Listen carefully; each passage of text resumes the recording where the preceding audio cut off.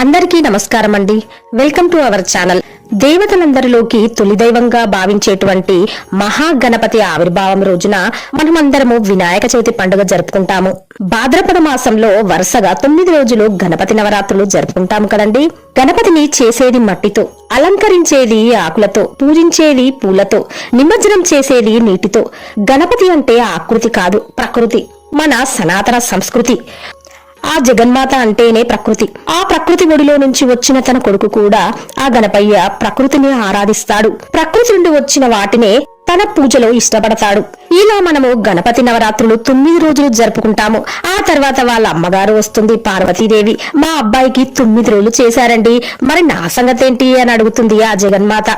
అమ్మా, నీకైతే ఇంకో రోజు ఎక్కువ చేస్తామమ్మా, 10 రోజులు నీ పూజ జరిపిస్తామని ఆశ్వయుజ మాసంలో 10 రోజులు అమ్మకు దసరా శరణ్ నవరాత్రులు అని విజయదశమితోని కలిసి 10 రోజులు అమ్మకు ఎంతో రంగరంగ వైభవంగా పూజలు జరుపుకుంటాము.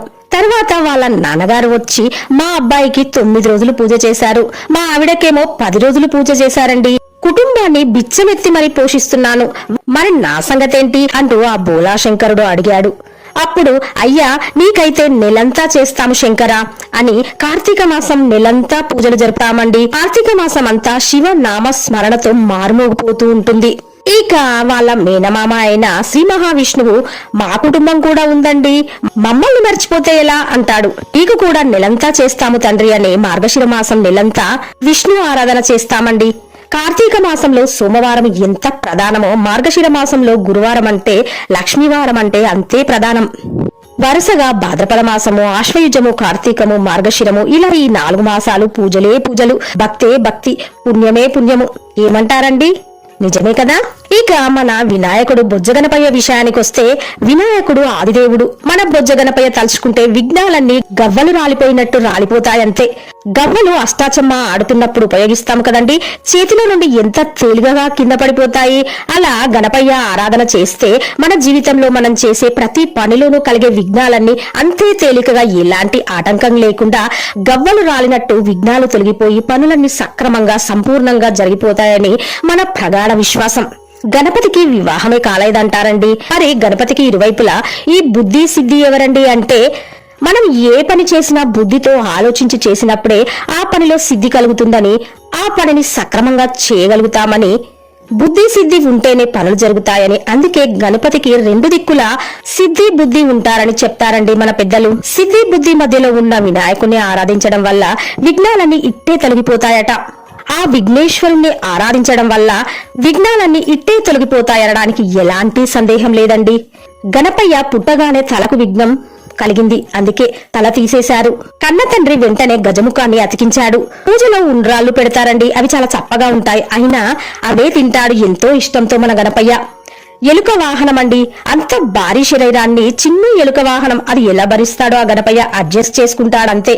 నాకు ఇప్పటికీ సందేహమేనండి, అంత పెద్ద గణపతి ఇంత చిన్న ఎలుకను ఎలా వాహనంగా పెట్టుకున్నాడో, ఎలా అడ్జస్ట్ అవుతున్నాడో అని. గణపయ్యకు గరికంటే చాలా ఇష్టం. మట్టిలో నుండి తీసిన గరికను కడగకున్నా పర్వాలేదు, అలానే పెట్టినా ఎంతో సంతసిస్తాడు. ఇక గణపతి పూజలో పాలవెల్లి ఎంతో ప్రాధాన్యతను సంతరించుకుంది. ఆ పాలవెల్లికి మనం మొక్కజొన్నలు, జామకాయలు, వెలక్కాయలు, బత్తాయికాయలు ఏవైనా సరే కాయలే కడతామండి. ఎందుకంటే భాద్రపద మాసంలో కాయలే వస్తాయి. ప్రకృతి మనకు పండ్లను ఇవ్వదు, కాయలనే ఇస్తుంది. అందుకే ఆ గణపయ్య పచ్చికాయలనే స్వీకరించి ఎంతో సంతోషపడతాడు. నాకు పండే కావాలి అని ఏమీ మారాం చేయడండి. గణపయ్య అంటేనే ప్రకృతి. గణపయ్యకు ప్రకృతి ఇచ్చేది ఎలా ఇస్తే అలా ఆస్వాదిస్తాడండి. మన జీవితం కూడా అంతే, ఎలా ఉంటే అలానే సంతృప్తి చెందాలి, యాక్సెప్ట్ చెయ్యాలి, అంతే. ఉన్నది ఉన్నట్టే, అది భర్త అయినా, పిల్లలైనా, జ్ఞానమైనా, అజ్ఞానమైన, సంపదైనా, అప్పులైనా, దుఃఖమైనా, సుఖమైనా ఏ మార్పు కోరుకోకుండా నేను నీకోసం ఉన్నాను భగవంతుడా అనగలిగితే అదే మనలో వచ్చే మార్పు, అదే జీవితం. దానినే దైవత్వం అని కూడా అంటారండి. జీవితం ఎలా ఉంటే అలా యాక్సెప్ట్ చేయాల్సిందే. భగవంతుని ముందు ఏమీ కోరిక కోరనవసరం లేదండి, దాన్నే దైవత్వం అనవచ్చు. పచ్చి ఉండ్రాలు చప్పనివి, పచ్చి కాయలు గరిక, ఇదే గణపయ్య కోరినవి. మట్టి గణపతి ప్రకృతి నుండి వచ్చిందే. ఆ ప్రకృతి నుండి వచ్చిన మట్టి గణపతి యాజ్ ఇట్ ఈజీగా తనను తను స్వీకరిస్తాడు. మనం కూడా అంతే. మన జీవితం ఇలా డిజైన్ అయ్యింది అంటే మనం కూడా అంతేనండి. మన జీవితం ఇలా డిజైన్ అయిందేంటి అనుకోకూడదు, అది మన కర్మఫలం, అనుభవించక తప్పదండి. దానిని మనం ఉన్న పరిస్థితుల్లో యాక్సెప్ట్ చేసి అందులోనే మనం ఉన్న ప్రస్తుత పరిస్థితులను మన జీవితంలో యాక్సెప్ట్ చేసి అందులోనే సంతోషాన్ని వెతుక్కోవడం నేర్చుకోవాలి. పక్క వారిని చూసి పోల్చుకుంటే నిమిషము అశాంతి మిగులుతుందండి. ఇక మన జీవితంలో ఏ మార్పు జరగదు. వాళ్ళు సంతోషంగా ఉన్నారు, వీళ్ళు సంతోషంగా ఉన్నారు, నాకే ఎందుకు ఇలా చేశావు దేవుడా అనుకుంటూ ఉంటాము. కానీ భగవంతుడు ప్రతి జీవికి ఏదో ఒక పరిష్కారం దొరకని సమస్య పెడుతూ ఉంటాడు. కనీసం ఆ పరిష్కారం కోసమైనా దేవుడా ఎందుకిలా చేశావయ్యా నాకు అని వేడుకుంటారని, భగవంతుణ్ణి సమీపిస్తారని, మన పాపాలను పోగొట్టుకుంటామని. ఒక సమస్య వచ్చింది అంటే అది మన కర్మను తొలగించడానికే అని గుర్తుపెట్టుకోవాలి అంటాడు భగవంతుడు. గణపతికి పుట్టగానే తల నరికేయడం జరిగింది. గణపతి తన దంతము తీసి భారతంను రాశాడట. గణపయ్య వ్యాసమహర్షి భారతము చెప్తూ ఉంటే గణపతి రాస్తూ ఉన్నాడట. మధ్యలో రాసే కలం విరిగిపోతే రాసేటప్పుడు ఆటంకం రాకూడదని, తన వల్ల ఆగిపోతుందని తన దంతాన్ని లాగిపడేసి ఆ దంతంతో భారతంను రాసిన మహానుభావుడు మన గణపయ్య. అందుకే గణపతిని ఏకదంతుడు అంటాము. పెన్ను లేదని రాయడం మానేయలేదు. తన దంతాన్నే పెన్నుగా మార్చి భారతాన్ని పూర్తి చేసిన మహానుభావుడు గణపయ్య. అందుకే ఏ పని చేయాలనుకున్నా బుద్ధి ఉపయోగించాలి. అప్పుడే సిద్ధి కలుగుతుంది, అంటే విజయం కలుగుతుంది. అందుకు గణపయ్యను ఆరాధించాలి. అప్పుడే మనం చేసే పనులు నిరాటంకంగా ఏ ఆటంకం లేకుండా జరుగుతాయండి. గణపతి ఆవిర్భావం ఎలా జరిగిందంటే, పార్వతీదేవి కూడా అందరి ఆడవాళ్లలాగే తాను ఒక శిశువుకు జన్మనివ్వాలనుకుంది. 9 నెలలు కడుపులో మోసి బిడ్డకు జన్మనివ్వాలని, తల్లి కావాలని ఆశపడింది. అందుకుగాను పార్వతీ పరమేశ్వరులు ఏకాంత మందిరంలోకి వెళ్లారు.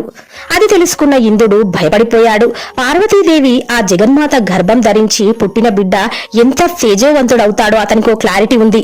ఆ బిడ్డ వల్ల తన పదవికి ఏమైనా హాని కలుగుతుందో, ఆ బిడ్డ తన ఇంద్ర పదవిని తీసేసుకుని బయటకు పంపిస్తాడో ఏమో అని భయపడి, పార్వతీదేవి బిడ్డకు జన్మనివ్వడానికి వీలు లేదు, అంతే, అది పాపమైనా సరే నా పదవిని నేను కాపాడుకోవాలి అని తలచి పార్వతీదేవి కడుపున బిడ్డ పుట్టడానికి వీల్లేదని అనుకుని ఓ పథకం వేసి, గజాసురుడు అందరినీ భయపెడుతున్నాడు శంకరా అని దేవతలందరినీ ఇంద్రునితో తీసుకుని వచ్చి దంపతులిద్దరి ఏకాంతానికి భంగం కలిగించి, పార్వతీ పరమేశ్వరుల ఏకాంతాన్ని భంగం చేసి ఆ బోలా శంకరుని వద్ద కపట నాటకంతో శంకరుణ్ణి మాయ చేసి గజాసుని వద్దకి తీసుకెళ్తాడు ఇంద్రుడు. అమ్మకు బిడ్డ పుట్టడానికి యోగం లేకుండా చేస్తాడు ఇంద్రుడు. పిలిస్తే పలికే బోలా శంకరుడు ఎవరు ఏమైనా కష్టం వచ్చింది అంటే ఒళ్ళు ఇల్లు సొయ్యి లేకుండా, భార్య పిల్లలు అని ధ్యాస లేకుండా వెళతాడంతే. అందుకే జనులు అతన్ని భోలాశంకరుడు అంటారు. ఎవరు రేట్ అడిగితే అది ఇచ్చేస్తాడట. ఇది ఇవ్వచ్చు, ఇది ఇవ్వకూడదు అనే ఆలోచనే ఉండదు. ఆ గుణం వల్లనే పార్వతీదేవి కూడా చాలా సార్లు గొడవ పడిందట, కష్టాల పాలైందంట. అంతటి దయామయుడు ఆ బోలాశంకరుడు. శంకరుడు గజాసుర సంహారానికి వెళ్లాడు. పార్వతీదేవి బాధతో స్నానాల గదికి వెళ్లి నలుగుపిండితో గణపతిని తయారు చేసి, నేను స్నానం చేసి వచ్చే వరకు ఎవ్వరినీ రానివ్వకని ఎంతో మమకారంతో ఆ నలుగుపిండికి ప్రాణం పోసి ఆ బిడ్డను గుమ్మం దగ్గర కూర్చోపెట్టి ఎవ్వరినీ లోనికి రానివ్వకని చెప్పి స్నానానికి వెళ్ళింది ఎంతో బాధతో ఆ జగన్మాత. ఇక శంకరుడు గజాసురుని తలనరికి చాలా అలసిపోయి ఇంటికి వస్తే ఆ గుమ్మం వద్ద బుజ్జి బాలుడు లోపలికి ప్రవేశం లేదు అనగానే ఆ శంకరునికి చాలా కోపం వచ్చింది. అయినా శంకరునికి తెలుసు, పార్వతీదేవి మనకు పిల్లలు కనడం సాధ్యం కాదు, మానవుల్లాగా మనం కాదమ్మా, వద్దమ్మా అన్న తన కోరిక మాత్రం పార్వతి తీర్చుకుంది అని ఆ శంకరునికి అర్థమైంది. ఇలా తన శిశువును తానే సృష్టించుకుంది అనుకున్నాడు. ఆ మమకారం అనే అమ్మ ప్రేమతో చేసిన బాలుని తల నరికివేసి తాను చంపి తెచ్చిన గజాసురుని తలను అతికించి అమ్మ మమకారంను మరింత రెట్టింపు చేశాడు ఆ శంకరుడు. శంకరునికి ఆ బాలుడు తన కుమారుడే అని తెలియక కాదు, అమ్మ మమకారంతో చేసిన ఆ బాలుణ్ణి తండ్రి మమకారం కూడా కలిపి సంపూర్ణంగా మమకారం అందించేందుకు గజాసురుని తలను అతికించి గజానుడిగా మార్చేశాడు ఆ బోలాశంకరుడు. జీవులన్నింటిలోనూ ఎంతో మమకారం కలది ఏనుగు. ఒక్క ఏనుగుకు ఏమైనా ఆపద వస్తే అడవిలోని అన్ని ఏనుగులు అక్కడికి వచ్చి ఆ ఏనుగుకు సాయంగా ఉంటాయట. అంతటి మమకారం మళ్ళీ మనం ఏ జీవిలో చూడలేము. అందుకే శంకరుని పార్వతీదేవి ప్రియ పుత్రుడికి గజేంద్రుని తల అతికించి పార్వతీ పరమేశ్వరుల మమకారానికి ప్రతిరూపంగా ఏనుగు తలను అతికించి గజానుడిగా వినాయకుడిగా మార్చాడు ఆ బోలాశంకరుడు. అంతేగాని యుద్ధానికి వెళ్లి కోపంగా ఉండి శంకరుడు తన కుమారుణ్ణి తానే నరికివేయలేదండి అని శాస్త్రాలు చెప్తున్నాయి. ఇప్పటి వరకు నేను కూడా కన్న కుమారుని నరికేసిన శంకరుడు అనుకునేదాన్ని. కానీ పార్వతీదేవి తన పుత్రవాత్సల్యంతో మమకారాన్నంతా రంగరించి చేసిన తన ముద్దుల కుమారుడికి సంపూర్ణ బాలుడిగా చేయడానికి అలా చేయవలసి వచ్చిందని శాస్త్రాలు తెలుపుతున్నాయి. ఇదండి వినాయకుడి ఆవిర్భావము. వినాయకుడు విఘ్నాలను పోగొట్టే ఆదిదేవుడు. మహాగణపతి పుట్టుక వింటుంటేనే ఎంతో ఆనందంగా ఉంది. ఎంత పుణ్యం చేశానో నేను, నాకు ఆ మహాదేవుని పుట్టుక చెప్పే భాగ్యం కలిగింది అనిపిస్తుందండి. ఇది విన్నవారికి, ఈ వీడియో చూసిన వారికి, ఈ కథ చెప్పిన నాకు ఎన్నో జన్మల పుణ్యఫలం ఉంటే తప్ప సాధ్యం కాదండి అని నేను అనుకుంటున్నాను. ఓకే ఫ్రెండ్స్, మీకు కనుక ఈ వీడియో నచ్చినట్లయితే ఒక లైక్ వేయండి. ఈ వీడియోను మీకు తెలిసిన వారికి షేర్ చేయండి. అలాగే ఛానల్ ను సబ్స్క్రైబ్ చేసుకోండి. మరవకుండా బెల్ బటన్ యాక్టివేట్ చేసుకోండి ఫ్రెండ్స్. అప్పుడే నేను చేసే ప్రతి లేటెస్ట్ వీడియో మీ మొబైల్ కి నోటిఫికేషన్ రూపంలో చేరుతుంది. మరో వీడియోతో మళ్ళీ కలుద్దాం. అంతవరకు సెలవు, మరి ఉంటానండి. నమస్తే. శుభం భూయాత్. సర్వే జనా సుఖినో భవంతు. లోకా సమస్తం సన్మంగళ భవంతు.